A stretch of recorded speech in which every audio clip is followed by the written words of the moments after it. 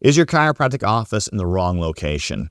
I can't tell you how many times we've talked to chiropractors across the nation that say, I think my office is in the wrong location. And that may be true.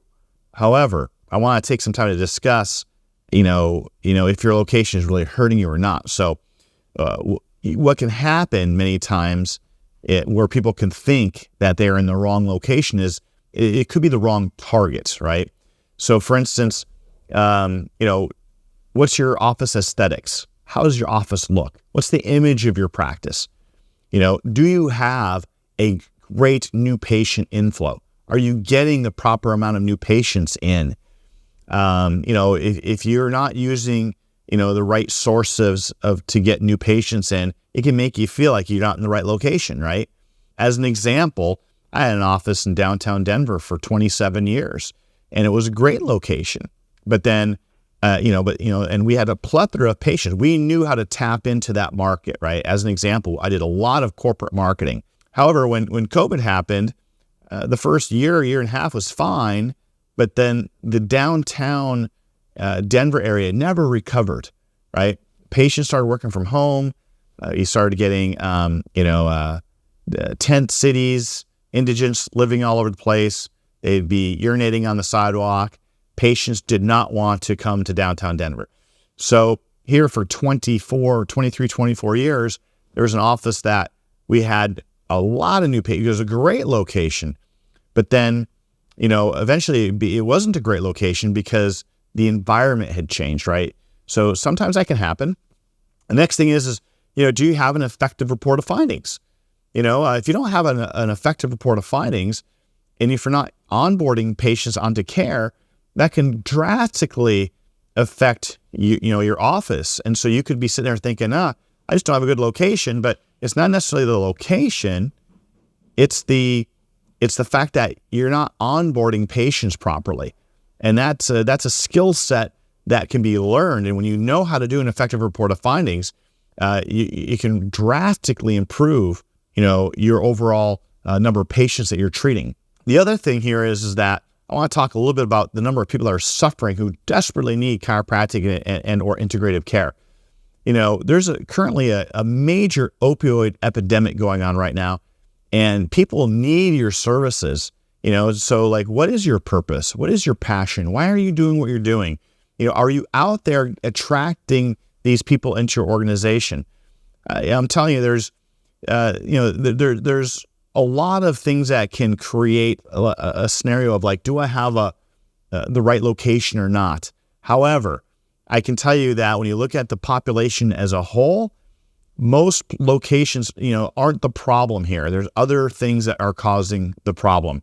So going back to the report of findings, I want to just take a moment here to outline the steps, the best steps that you need to have for a proper report of findings. So first thing is your consultation has to be just spot on.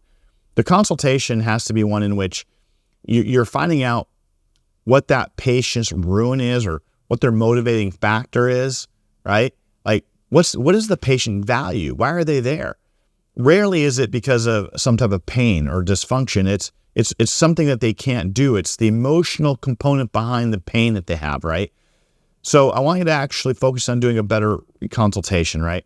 Your examination has to be one in which the patient actually sees that they have a problem, not just you telling them. They have to actually see it. Your report of findings day, when you're going over the results, the test results, you got to be increasing a patient's awareness. In fact, we train on this extensively on how you actually increase a patient's awareness to where someone is at a demand for improvement and they're ready to go. See, when you have the value of the patient and the patient values what you do, when value supersedes cost, price is a myth. Okay. So when you do an effective report of findings and you have these steps outlined and you're doing a fantastic job doing that, you're going to start more people on care. And then, is that the problem or is it your location? Which one is it? Okay. Let's discuss here for a moment the key factors of increasing trust and the value of your services. Key factors of increasing trust, frankly, is do you have empathy for that patient when you're communicating with them? And are you listening more than you are talking? That's an important factor here. Sharpen up those listening skills. When you're listening to someone and they're able to explain to you how their condition's been affecting them, and you're asking quality questions, so you're getting quality answers back, you're developing trust when you do that.